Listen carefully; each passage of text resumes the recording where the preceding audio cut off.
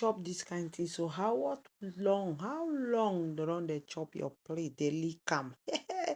Cocky. Just dey chop cocky o. You know say cocky dey make am dey go dey lick your plate o. Wahala no too much. Ogbonge Quinta don come with new one today. I say chop cocky with stew with gas. No, with yam. Dey dullings like this. Just dey chop cocky with stew and yam. You go dey see your husband go dey lick your plate, go dey chop am sef. Dey lick, go dey chop.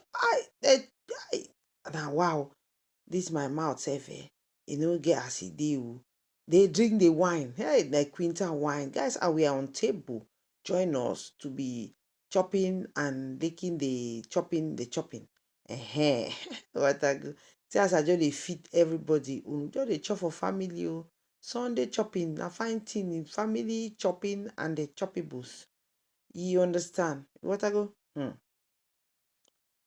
Hey, my people, it's good to eat with family. Nothing past this one. This thing will just a chop like oh, for a see person dey tie face. And so as soon I go dey see and I go dey chop, so go dey tie face. Say why this woman they drink wine, they chop like this. My people, na my hard work. I know the kind of work where they work. You know they see am. It is easy. I beg, chop when the one we enter your belly na your own. Because life too short. And then if you know they make the money, you know they chop am. What do they make the money for? As I they go hustle, go left, go right.